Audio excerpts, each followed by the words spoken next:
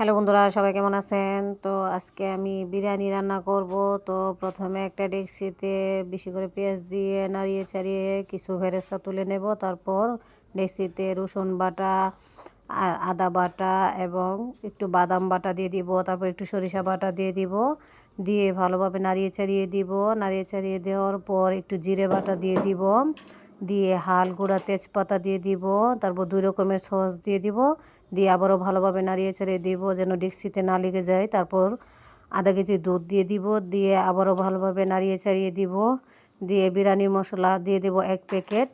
তারপর কিছু কাঁচামরিচ দিয়ে দিব। দিয়ে আবারও ভালোভাবে নাড়িয়ে ছাড়িয়ে দেব। দিয়ে কিছু অল্প পরিমাণে হলুদের গুঁড়া, মরিচের গুঁড়া, স্বাদ মতো লবণ দিয়ে দিব। দিয়ে আবারও ভালোভাবে নাড়িয়ে চাড়িয়ে দিব। যখন মশলাটা কষানো হয়ে যাবে তখন ধুয়ে রাখা মাংসগুলো দিয়ে দিব। তো বন্ধুরা, এটা হচ্ছে ফার্মের মুরগির মাংস। তো এখানে 4 কেজি মাংস আছে। তো 4 কেজি মাংস দিয়ে আজকে বিরিয়ানি রান্না হবে। তো বন্ধুরা, অপেক্ষা করব মাংসটা কষানো পর্যন্ত। তো বন্ধুরা দেখুন, আমার মুরগির মাংসটা প্রায় কষানো হয়ে গেছে। তো এখন তো পুরো ভিডিওটা দিতে পারি না, পরবর্তীতে পুরো ভিডিওটা শেয়ার করব।